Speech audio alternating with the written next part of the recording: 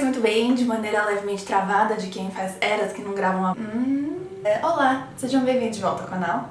Quase eu que estou sendo bem-vinda de volta ao meu próprio canal, né? Tamanho o sumiço, mas enfim. O vídeo de hoje é sobre uma artista contemporânea chamada SIBANDE, que é incrível, maravilhosa. Ela é sul-africana e só pra localizar ela no espaço-tempo, ela nasceu em 1982, quando a África do Sul ainda vivia o regime do Apartheid. Esse regime durou de 1948 até 94. Só pra ter uma noção de quão recente é essa história toda desse regime. A gente vai falar bastante sobre a história do Apartheid nesse vídeo. Eu vou deixar na descrição os tempos de cada assunto, e aí quem quiser pular só pra análise visual, pode pular só pra análise visual, mas obviamente eu recomendo saber um pouquinho mais da história do Apartheid. Vou fazer um resumão, porque isso informa muito da obra dessa artista. A carreira artística de Mary começou a deslanchar lá pelos anos 2000, e desde então ela trabalha com uma personagem. Essa personagem é um manequim em tamanho real de uma pessoa, na verdade ela é modelada a partir do corpo da própria artista, chamada Sophie. A Sophie é tratada em muitos textos, eu vou botar na descrição também vários links para textos e análises e tal. Ela é tratada como um alter ego da artista. A artista coloca a Sophie em uma variedade de situações e cenários com figurinos diferentes e transforma a Sophie como uma personagem mesmo vivendo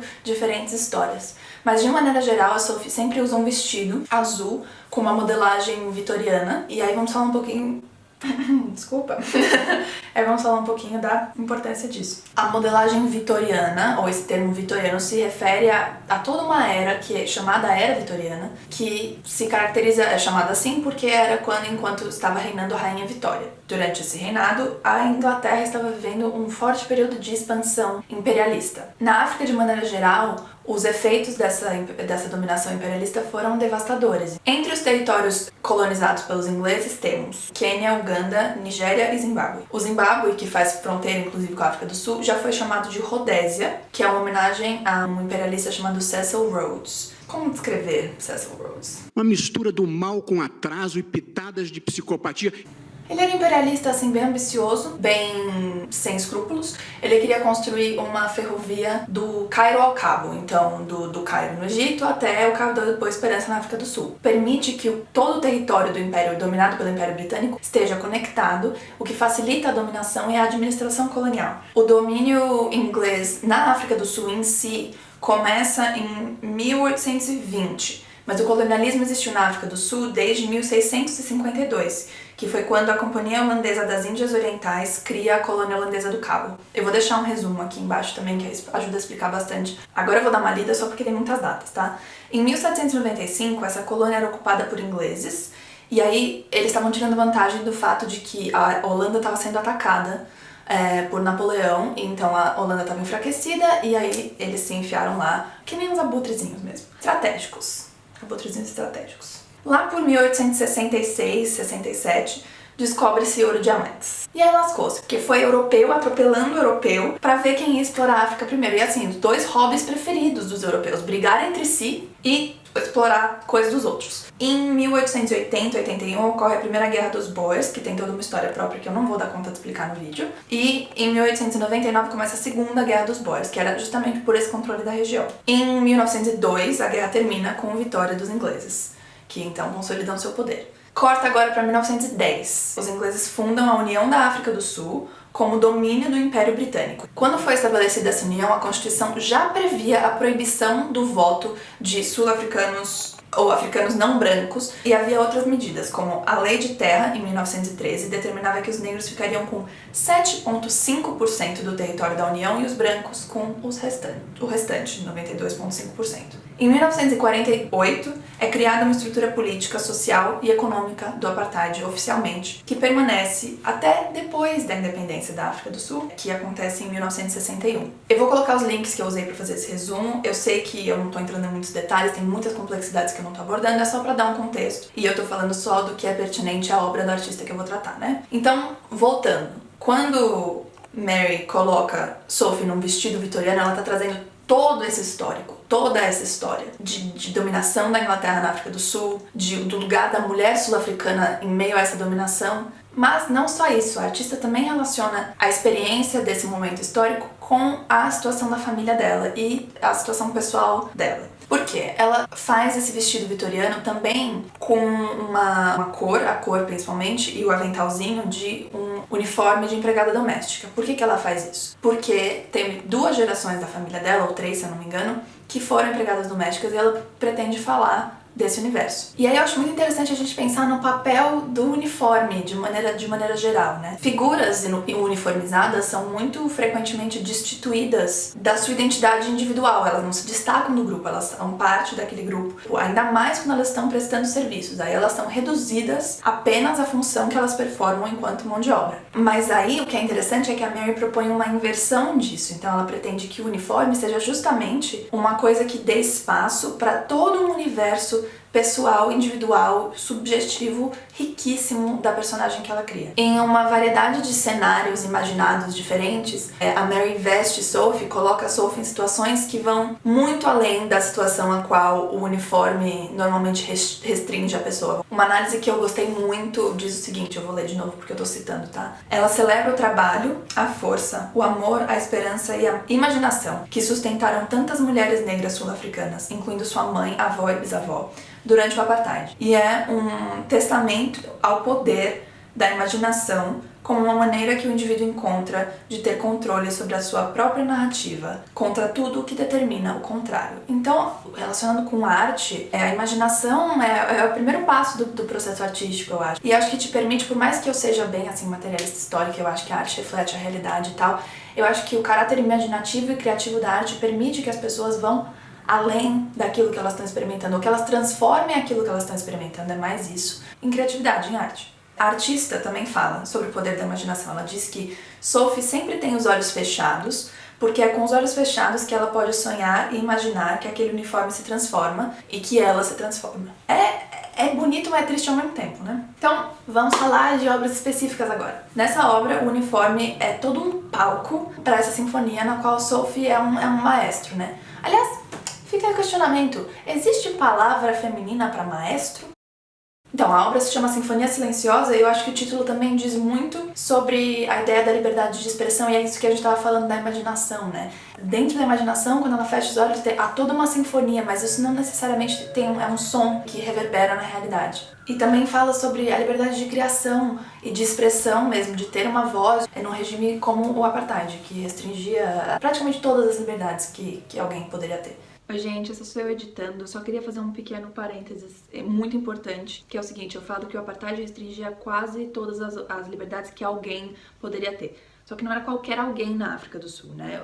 Essa opressão do Apartheid era direcionada a um grupo muito específico que eram os sul-africanos negros. Então, que fique claro que quem sofreu as violências múltiplas do Apartheid, o impulso de desumanização, falta de liberdade de expressão, a retirada de direitos de circulação, de direitos de posse de terra, foram pessoas negras. Eu falo isso sobre a posse de terra porque, para relacionar com esse histórico todo que eu dei da lei de terras e do Apartheid se instaurando conforme o colonialismo ia se estabelecendo, porque eles estão em ligação direta.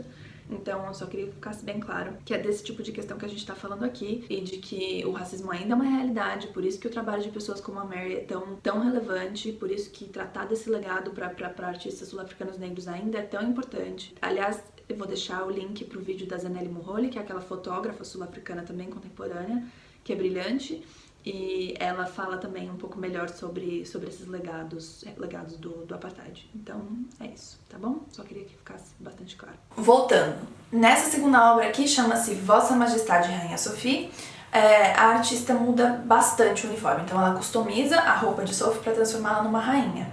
Esse colar, que eu acho lindíssimo, faz referência a uma série de culturas africanas que usam miçangas para se adornar. E aí o vestido, quando ele se levanta, ele revela essas camadas, né, de outras cores, o que eu também interpretei como mostrar as camadas de identidade que essa mulher tem além do azul.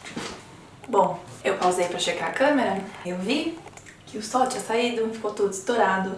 Com sorte deu para consertar na edição, mas se não der, vocês me perdoem, eu devia fazer podcast, sabe? Então vamos falar de uma próxima obra que se chama A Rainha. Nessa obra, a Sophie não está caracterizada como uma rainha local, como nessa outra obra que eu falei da Vossa Majestade e tal, mas ela vira uma rainha montada num cavalo. E aí aqui eu já posso comentar de outro elemento que ela usa para colocar em questão esse imaginário do Apartheid. Então ela usa não só a modelagem vitoriana, que traz todo esse histórico, ela também usa as cores. Então o azul é a cor do uniforme de empregada doméstica. O roxo, em compensação, tem outro significado na história da África do Sul. Mary tem toda uma exposição de uma série de esculturas que se chama O Roxo Há de Governar. Por quê? O roxo tem uma importância na história da África do Sul muito grande, porque durante os protestos contra o Apartheid, quem já ouviu Purple Rain, por exemplo, sabe do que eu tô falando, eles misturavam tinta roxa nos canhões de água, que era esguichada nos manifestantes. Então eles ficavam manchados com aquele roxo para que eles pudessem ser depois identificados e presos pela polícia. Então o roxo virou não tanto um símbolo da repressão, mas mais um símbolo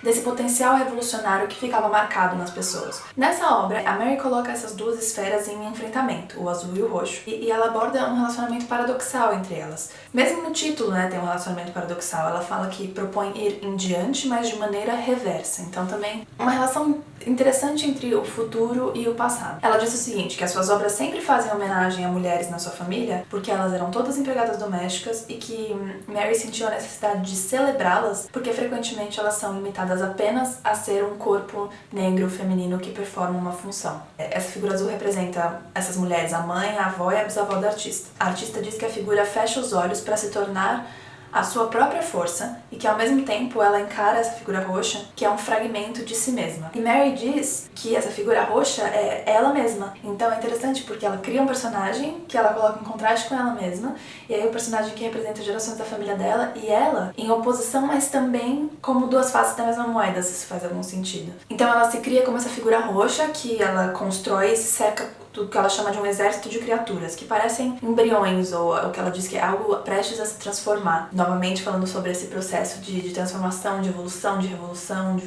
passagem para o futuro. Segundo a artista, a figura azul é a face antiga da figura roxa. E aí, para vocês verem o nível de sofisticação dessa mulher. Ela também diz que simboliza a relação complexa e ambivalente na interação entre essas figuras, que podem estar dançando ou lutando numa luta sem contato, né? No que ela chama de uma violência silenciosa. Como a Mary diz, a mudança é um processo violento. Inclusive, né, pensando a partir do significado do roxo e tal, da importância dele, a mudança revolucionária é violenta também, ou pode ser violenta, envolve esse embate. Então, né, eu acho que tem muitas camadas de interpretação. Um detalhe que eu gosto muito, aliás, esse é um dos meus favoritos, é que tem um fio azul que sai da saia do personagem de roxo, sugerindo que também há nela algo daquele passado. Eu senti uma coisa meio yin yang, assim, equilíbrio de opostos, um pouquinho de um no outro. Eu vou botar um link aqui embaixo para uma entrevista da artista com o British Museum, onde ela fala bastante sobre essa obra. É 1 minutinho e meio, assim, vale muito a pena ver. Recentemente, a Mary tem continuado a trabalhar com esculturas, mas ela faz isso agora num esquema de cores diferentes. Nessa obra aqui, chamada Em Meio ao Caos, a Oportunidade, Mary faz uma instalação em que ela veste Sophie inteira de vermelho e coloca ela em cima de um cavalo, um pouco como naquela A Rainha, né, que eu mencionei antes.